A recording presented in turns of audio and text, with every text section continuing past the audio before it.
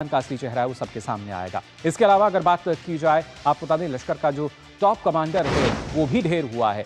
आपको हम बता रहे थे कि कैसे आतंकवादी का खात्मा हुआ है। दरअसल पाकिस्तान में अबू सैफुल्लाह जो है वो मारा गया। जी हाँ, ये अबू सैफुल्लाह जो कि मारा गया और कई आतंकी हमलों में वांछित भी था और खासतौर से सिंध में एक अज्ञात हमलावर ने इसको गोली मारी, जिसकी जानकारी जो है वो दी गई है। आपको बता दें नेपाल में लश्कर के मॉड्यूल पर ये काम कर रहा था और लगातार सक्रिय था, लेकिन फिलहाल ये खबर सामने आई कि आखिरकार टॉप कमांडर जो है वो ढेर हो गया है। लश्कर ने भारत में हमले की जिम्मेदारी जो है वो इसको दी थी और उससे पहले कई ऐसे ऑपरेशन हमने देखे थे जहां पर इसकी मौजूदगी दर्ज कराई गई थी। लश्कर के ऑपरेशनल कमांडर बाबाजी का ये मददगार था और आखिरकार इस आतंकी का भी खात्मा हुआ।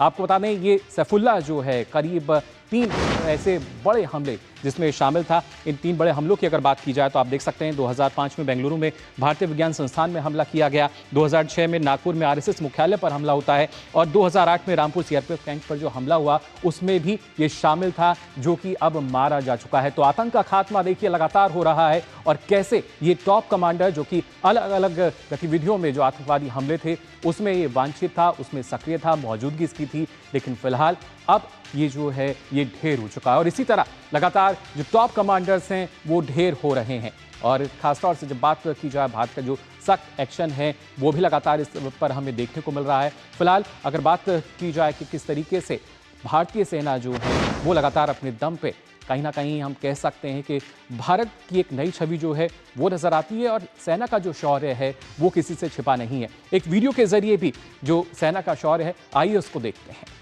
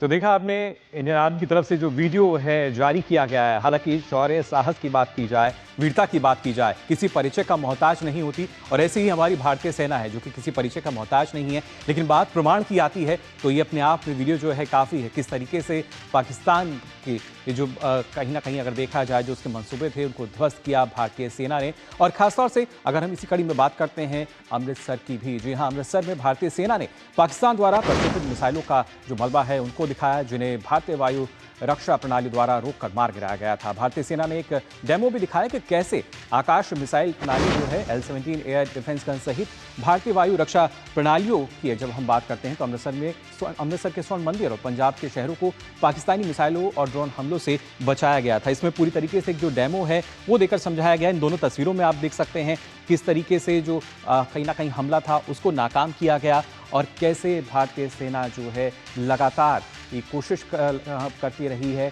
कि कोई भी जो हमला है उसको हम नाकाम कैसे कर सकते हैं। और अमृतसर जहाँ पे स्वर्ण मंदिर की हम बात कर रहे हैं उस पर हमले की जो कहीं ना कहीं निशाना उसको बनाया गया था, उस हमले को नाकाम किया किस तरीके से किया गया, ये वो तमाम उसके जो पार्ट्स हैं वो आप देख सकते हैं। जो कि मिसाइल की बात की जाए, ड्रोन की बात की जाए, जो हथियारों से लैस थे वो, और कैसे उसको हमने नेस्तनाबूद किया, इसकी जानकारी जो है वो सेना ने दी। इन दोनों तस्वीरों में आप देख सकते हैं यहाँ पर काफ़ी महत्वपूर्ण कि कैसे लगातार भारतीय सेना जो है वो अपने हर काम को अंजाम दे रही है। और इसके साथ साथ आपको बता दें 15 इन्फेंट्री डिवीजन के GOC major general Kartik Singh शिशुद ने भी बताया कि भारतीय सेना ने न केवल आतंकवाद और आतंकी ठिकानों को बिना किसी अतिरिक्त नुकसान के निशाना बनाया, बल्कि एक सटीक तरीके से उनको पूरी तरीके से ध्वस्त किया। 7 मई की रात को हमने पुख्ता जानकारी मिली कि पाक किसी भी उचित और वैध टारगेट के ना होने के कारण भारतीय सैन्य ठिकानों को और सिविल इलाकों को, खास तौर पर धार्मिक स्थलों को निशाना बनाएगा। इसमें अमृतसर में स्थित गोल्डन टेम्पल सबसे अहम था। हमें अतिरिक्त जानकारी ये भी मिली कि गोल्डन टेम्पल के ऊपर वो भारी तादाद में ड्रोन और मिसाइल से हमला करेगा। इसीलिए हमने तुरंत आधुनिक, अतिरिक्त एवं उपयुक्त एयर डिफेंस को उपलब्ध कराया और रणनीति के अनुसार गोल्डन टेम्पल को चारों ओर से एयर डिफेंस की सुरक्षा दी गई। क्योंकि हम इसके लिए तैयार थे, तो भारतीय सेना के आर्मी एयर डिफेंस के सतर्क और सशक्त योद्धाओं ने पाकिस्तान के नापाक इरादों को पूरी तरीके से ध्वस्त करते हुए ड्रोन और मिसाइल को पूरी तरह से विफल कर दिया और हमने गोल्डन टेम्पल पे एक आंच भी नहीं आने दी। तो सुना आपने जीओसी जिन्होंने सीधे तौर पर कहा कि गोल्डन टेम्पल पर एक आंच भी नहीं आने दी गई। और न सिर्फ गोल्डन टेम्पल, पूरे देश की अगर बात की जाए, लगातार यही कोशिश रही भारतीय सेना की एक आंच भी उस पर अपने देश पर ना आए। और लगातार जो जवाबी कार्रवाई है, ठोस कार्रवाई, सख्त कार्रवाई, वो लगातार हमने देखी किस तरीके से भारतीय सेना और जो सशस्त्र बल हैं उनकी तरफ से की गई। इस पर और आपको जानकारी हम देंगे। हमारे साथ 3 संवाददाता जो हैं वो जुड़ चुके हैं हमारे साथ। आपको बता दें शैलेंद्र मिश्रा नई दिल्ली से जुड़ चुके हैं, गुरमीत जो हैं वो हमारे साथ अमृतसर से जुड़ चुके हैं और इसके साथ साथ अमृतपाल जो हैं वो भी हमारे साथ जुड़ चुके हैं। सबसे पहले शैलेंद्र आपके पास आना चाहूँगा। भारत की जिस तरीके से एक सख्त एक्शन जो है वो नज़र आ रहा है, क्योंकि जब हम अलग अलग डेलीगेशन को देख रहे हैं, अलग अलग देशों में वो पहुँचेंगे और कहीं ना कहीं वहाँ प्रयास होगा पाकिस्तान का जो असली चेहरा है, जो सच्चाई है, और खासतौर से ऑपरेशन सिंदूर की भी अगर बात की जाए, सारी सच्चाई जो है, सारा ब्यौरा जो है तमाम देशों के सामने रखा जाएगा।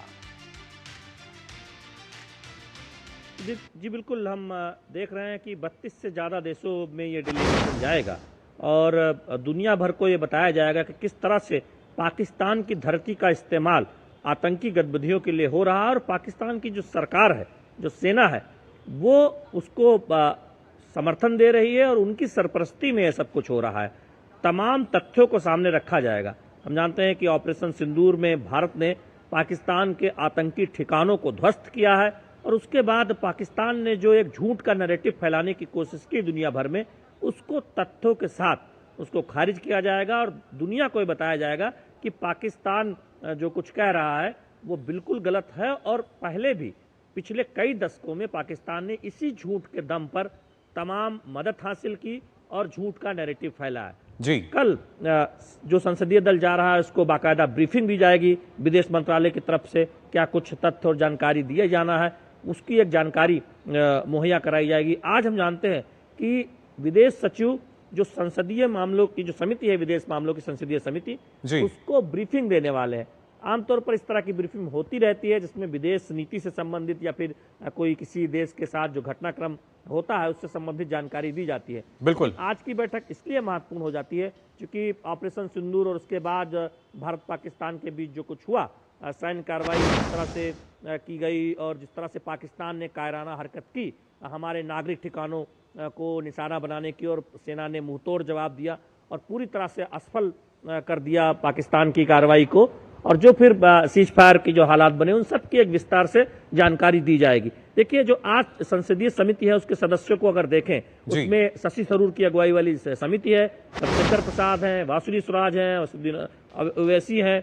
ये वही नेता हैं, सांसद हैं जिनको किसी न किसी समिति में जो प्रतिनिधिमंडल जा रहा है उसमें रखा गया है, क्योंकि विदेश मामलों में उन्हें निरंतर ब्रीफिंग मिलती रहती है। और एक तरह से देखें कि वरिष्ठ नेता है अपने अपने पार्टियों के, बिल्कुल उनको जगह दी गई है।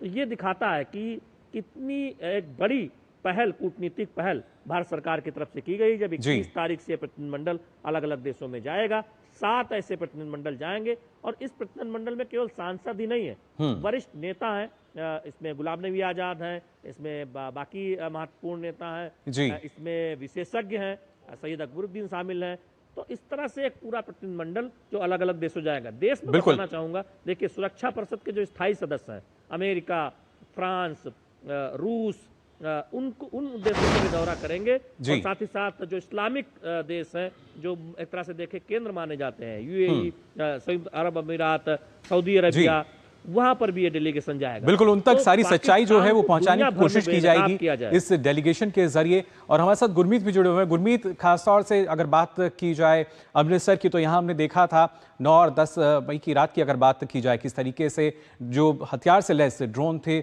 वो हमने देखे और कैसे वो जमीन पर धराशायी हुए, उसकी तस्वीरें भी हमने देखी। और यहाँ पर बताया गया कि जो निशाना था वो गोल्डन टेम्पल था, लेकिन भारतीय सेना ने एक आंच तक उस पर नहीं आने दी।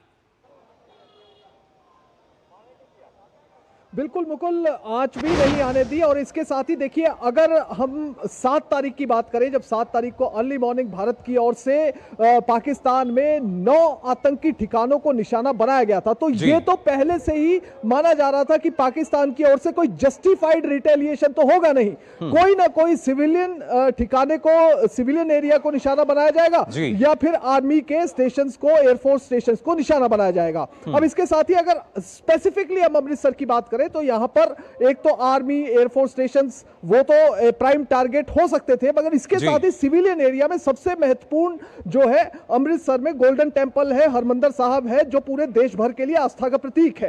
अब यहां पर जो है 8 तारीख को बताया जाता है, 8 और 9 को देखे गए ड्रोन्स ऊपर से, जो कि पाकिस्तान की ओर से चलाए गए थे और अटैक करने के लिए, बाकायदा जो मंशा थी वो अटैक करने की थी। मगर भारतीय सेना की ओर से S-400 से लेकर L-70 एयर डिफेंस गन्स और आकाश मिसाइल्स का सही तरीके से, प्रिसीशन तरीके से प्रयोग करते हुए एक भी जो है उनका अटैक, जो ड्रोन अटैक था, वो यहां पर सफल नहीं हो सका। सबसे पहले देखिए, हरमंदिर साहब को, इसकी पेरिफेरी को समझना जरूरी है। एक तो ये आस्था का केंद्र है, बड़ी संख्या में लोग आते हैं, और 8 तारीख को जब अटैक होने शुरू हुए तो हरमंदिर साहब समेत पूरे अमृतसर में और आसपास के इलाकों में ब्लैकआउट किया गया था।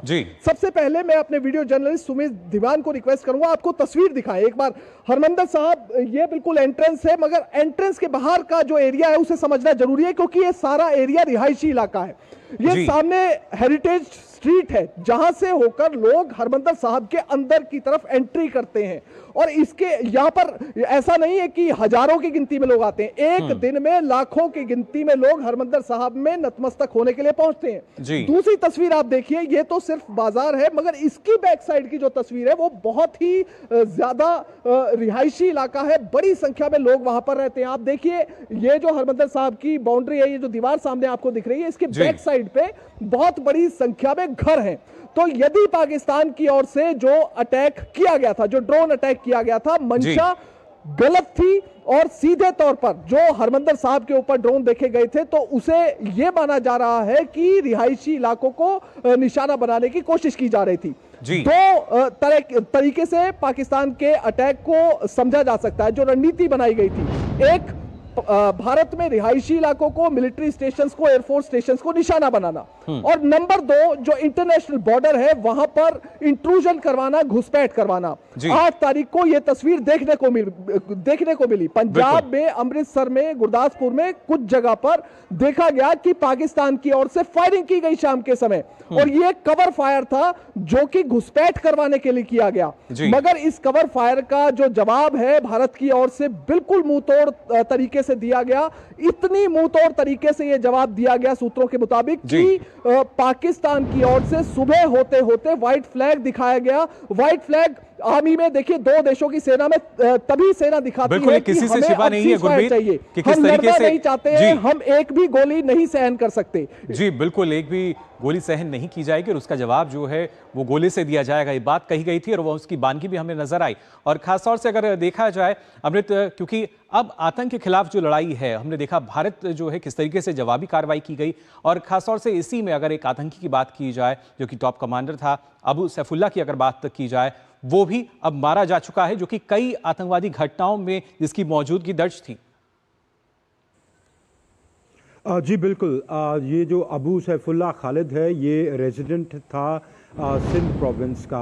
वहाँ पर कल दोपहर को इसको, और एक ख़ास बात यह है कि इसको एक सिक्योरिटी कवर प्रोवाइड किया गया था पाकिस्तान हुकूमत की तरफ से जी। और इसको हिदायत भी दी गई थी और कई औरों को हिदायत दी गई थी जो एलईटी ऑपरेटिव्स हैं कि अब आप खुले में ना घूमें, आपको टारगेट किया जा सकता है।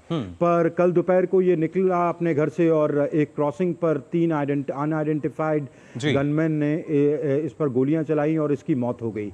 कई, जैसे आपने कहा कि घटनाओं में ये शामिल था 2006 का जो आरएसएस अटैक हेडक्वार्टर्स नागपुर में फॉइल्ड अटैक था, उसका मास्टरमाइंड कहा जाता है। 2005 में Indian institute of science Bengaluru में जो अटैक हुआ था उसका भी मास्टरमाइंड कहा जाता है। उसमें एक प्रोफेसर की हत्या भी हो गई थी और मौत हो गई थी और 4 और अन्य घायल भी हुए थे। और फिर 2008 में सीआरपीएफ का एक रामपुर में कैंप है, वहाँ पर भी जो अटैक हुआ था उसमें भी कहा जाता है कि ये मास्टरमाइंड था, जिसमें हमारे साथ जो सीआरपीएफ के जवान थे वो शहीद हो गए थे जी। तो ये कई एक्टिविटीज़ में नेपाल ऑपरेशंस का इनका हेड था, जिसमें ये लॉजिस्टिक्स, ट्रेनिंग, लोगों की इंडो नेपाल बॉर्डर के अक्रॉस ये जिनको रिक्रूट करता था उनकी मूवमेंट फैसिलिटेट करवाना। तो जब भारत की एजेंसीज ने वो टेरर मॉड्यूल और रिक्रूटमेंट मॉड्यूल बस्ट किया, उसके बाद ये मिड 2000s की बात है, उसके बाद ये पाकिस्तान में रीलोकेट कर गया था और वहाँ रिक्रूटमेंट और ट्रेनिंग हैदराबाद में और सिंध में चलाता था। तो बिल्कुल एक बड़ा आतंकी था हाफिज सईद का। बिल्कुल, जिस तरह की करतूतें इसकी इसकी रही, जिस तरीके से हमलों में मौजूदगी रही और उसी तरह का अंत जो है वो भी हुआ। खात्मा लगातार आतंकियों का हो रहा है और कोशिश यही कि इस आतंक को जड़ से उखाड़ फेंका जाए। फिलहाल आप तीनों का बहुत बहुत शुक्रिया हमारे साथ जुड़ने के लिए न्यूज पंच में। तो जाना आपने किस तरीके से